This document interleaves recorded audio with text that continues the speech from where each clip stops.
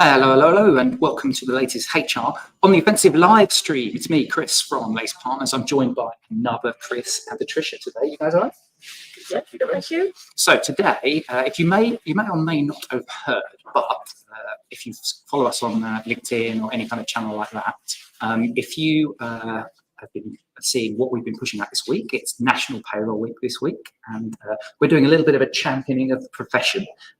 CIPP as an entity obviously have launched this initiative, but I think it's nice actually to have an opportunity just to do a little bit of a profile raising. We've done this in the past, Chris and I, we've done some podcasts, we've done a couple of videos before, going back to 2022 and some stuff last year, but today we wanted to jump on the live stream and just have a little chat about the profession, like where you see the profession is going in the next year or so. We'll get to that at the end, but first, we thought it might be quite interesting just to talk about both of your experiences from a operational and then moving into the consulting world. So I'm going to start with you, Chris, and then I'll get Tricia's views. But can you give me just a little bit of an overview of your kind of, you don't have to go to background, but the positives and maybe the challenges that you've had working both from an operational, from a sort of that frontline side, and then now some of the roles you have from a consulting side working at Lace Partners?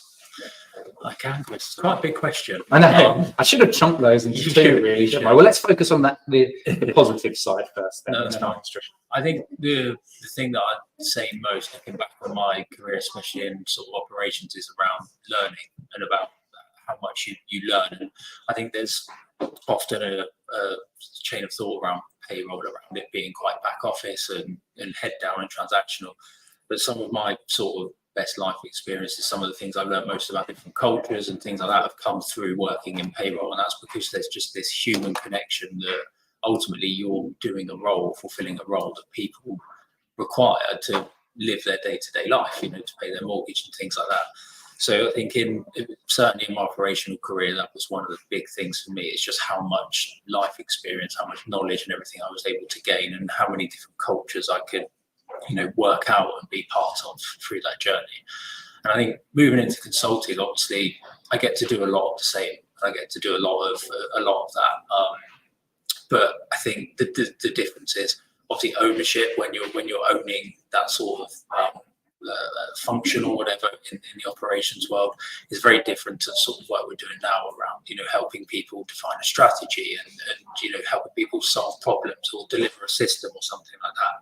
So yeah, it's very different. The challenges are very, very similar on both sides. I think it's probably the impact of those challenges that changes. So, from an operational perspective, if you're working with maybe outdated systems or fragmented technology or whatever it may be, you're living the ramifications of that day to day. Whereas for us, we're going in helping organizations deliver that so they don't experience that. We're helping them fix that where they're, having those challenges. So it's very much, a slightly different slant on the same challenges. Yeah, I think as well, what's interesting about just having known you as long as I've known you and working together, a lot of the challenges that payroll people face is not just a payroll specific thing, isn't it? Because you talked about technology and you talked about systems and processes. This isn't a payroll specific thing. It obviously happens across functions. It does. And I think, I touched on life experience there and the different cultures. I think what payroll has also done for me, and I know that a number of the people that we've worked with, here at Lace who have been part of our payroll programs and things, one of the things that you can't get away from is payroll is the culmination of everything else that happens in that employee journey. So from the moment that they apply for their role all the way through to the moment they leave and they need that, tax form or whatever it is, they're interacting with payroll. And I think what that means is that you have that engagement with whether it's HR and that technology, whether it's benefits, whether it's onboarding teams and everything, and you get to understand this holistic view of the whole end-to-end cycle. Yeah, you make a lot of connections as well, right? As you were just saying, lots of different functions, lots of different departments, people doing things slightly differently. Tricia, just want to bring you into the conversation from your perspective, from your operational background, but then also from the consulting background. Talk to me a little bit, talk to our wonderful watchers a little bit about, what you've enjoyed, some of the great things that you've had in your career so far, and some of the positives about payroll on this National Payroll Week. Oh gosh, that's going to be a lot over 27 years as well. Okay, so I think from an operational perspective, I think what's good about that, especially from an in-house, I'll move on to managed service in a second, but it really plays into the control part of the personality that I think a lot of payrollers have. So if you do like the element of control, then operationally to see it end to end, in-house or even with a managed service, if that's your role in the organisation. But following on from Chris's point, I think you really get to understand your organisation by being in payroll as well. So because you're linking into all the areas of that business, you actually get really good insight. So there's way more to it than the payroll, which is, as we all are aware, is not a push the button exercise. So to understand the organisation behind the people that you're paying as well. So I think that's the good piece about operational. Like I say, whether that's in-house or managed, a bit more control element in the in-house piece. From a consulting perspective, for me personally, it's just because I've been operational and done sort of transformational roles or compliance roles, things like that in large organisations, it's brought everything together. So after, X number of years, being able to just bring all the different elements into consulting.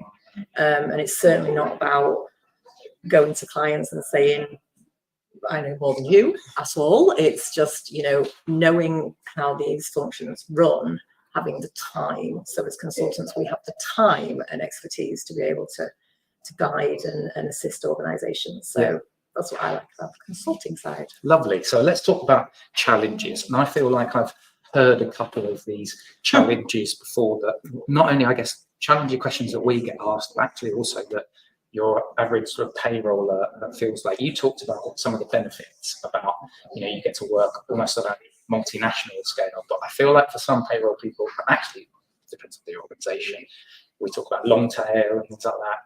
I can imagine sometimes that can be quite a challenge when you're dealing with multi-jurisdictions and things like that, but you don't have to use that as an example. Chris, just talk to me about one or two challenges, and then Tricia, I'll get your take as well. Yeah, I think that is a good example, Chris. I think especially in the modern world, and the world's getting smaller when it comes to humans and just the way that we interact, right? We can speak to people, we can interact with people wherever we want, when we want, wherever they are in the world.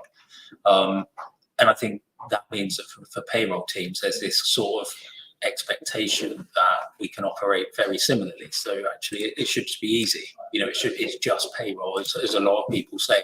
We obviously know that it's far more than people have a perspective externally on it. But I think the challenges with different legislation, with culture, again, that's another massive part, just the way that people expect to be engaged with, the way that people expect to engage with you.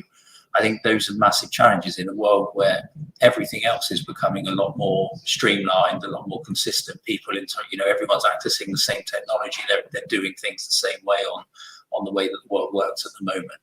And I think that is a big challenge for payroll. It is a very hard one to overcome, particularly when you mentioned the word long tail there. But when you talk about a global landscape with typically a couple of core locations and then a long tail where there's only a few people in certain countries, it's very hard to have the same functionality and technology across all of those countries because it might not commercially work. So it's a good one. Yeah. So Trish, from your side, you can either build on that or pick your own kind of challenges that you've seen, either that you've had from an operational point of view or from a consulting point of view, or just general, bit of a free hit this one, a general sort of challenges that exist for payrollers. Gosh, again, that's really, that could I'd be like to keep it nice and broad questions. To bring it in a little bit. So I think one of the challenges that I was thinking of for this session was around sort of coming to the table with a definitive answer already. And I think it's certainly good to have some direction in mind, but I think there's that just leaving that little bit of scope to say, okay, what else could be on the table. So I think that's one of the challenges, certainly from a consulting perspective. Operationally, I mean, like I say, the session's not long enough to go into the various challenges that we're all hearing, but I think just keeping up to date with when I think back, I was having a conversation just yesterday about how what payroll was like when I first started operationally processing it, and national minimum wage came in, and that was huge, and it was like so complex, but we're still, you know, manually inputting and things like that. Like it's just changed so much, obviously. So yeah, I think keeping abreast of everything that's going on is a challenge for the professionals to be able to. But I think that's about finding sources. So just have your go-to sources, and then that's better. Because you can't. I think what I'm trying to say is you can't maintain in your head what perhaps what we used to be able to. There's a bit more than that now. So let's look a little bit as we just wrap up, because we're just coming towards the end of today's live stream, a little bit of utopia for the next year. So if we were sat here for National Payroll Week 2025, and we were talking about something that's happened in the market, something you think might happen, or something you'd even want to happen, do you think there's any, I'll start with you, Chris, and then I'll go to Tricia, any sort of big things that are happening that maybe payrollers, and to your point, like keep your sources, is there any opportunity here for people listening in to almost say, okay, well, this is an opportunity for me to look at a particular area that perhaps I should be focusing in on a little bit more? Payroll's traditionally a very difficult thing to predict. I think Tricia would probably agree with that. And I think, so there's always two sides to this. There's the extreme, which is all the nice to have, the nice to think about, and on that side you've got the things like AI, which Tricia and I were talking about before we started. You know, all of the developments coming there, and that will no doubt not go away.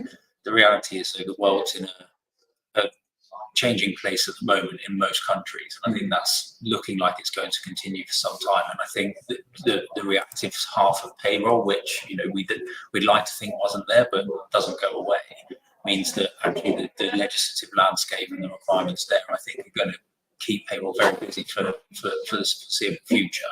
That said, there's always, you know, mileage in keeping your eye on the horizon. So I think, you know, I'm not going to use up all of the examples, but certainly, you know, looking at AI and the capabilities that evolve over the next 12 months in that space. Nice. Tricia, anything? I think if we were sitting here this time next year, I'd like to have a conversation about earned wage access and see where that's reached, if that's reached a conclusion. A bit of a divided opinion at the moment on what that looks like, people getting comfortable with it. Let's see if if it happens. That's an interesting one, because I remember us doing a podcast on something similar like a year ago, 2 years ago, and it feels like this is going to be a huge fundamental shift. But like, even as at the time of recording last week, we commented on how a lot of organisations are not taking this up. So I think that's an interesting one to see. Are we going to get that tipping point so it becomes a bit more mainstream? Cool. Well, that's it from us today. Thank you very much for joining us on this latest live stream. Trish, thank you very much. Thank you. Mr. Kirby, as always, thank you, Chris. Hopefully you've enjoyed it. If you've got any questions about National Payroll Week, around some of the services that we provide, even if you just want to have a little bit of a natter about the future of payroll with these two wonderful people, please feel free to get in contact. And until next time, I'm going to say thank you very much. And we'll catch you around. Bye-bye.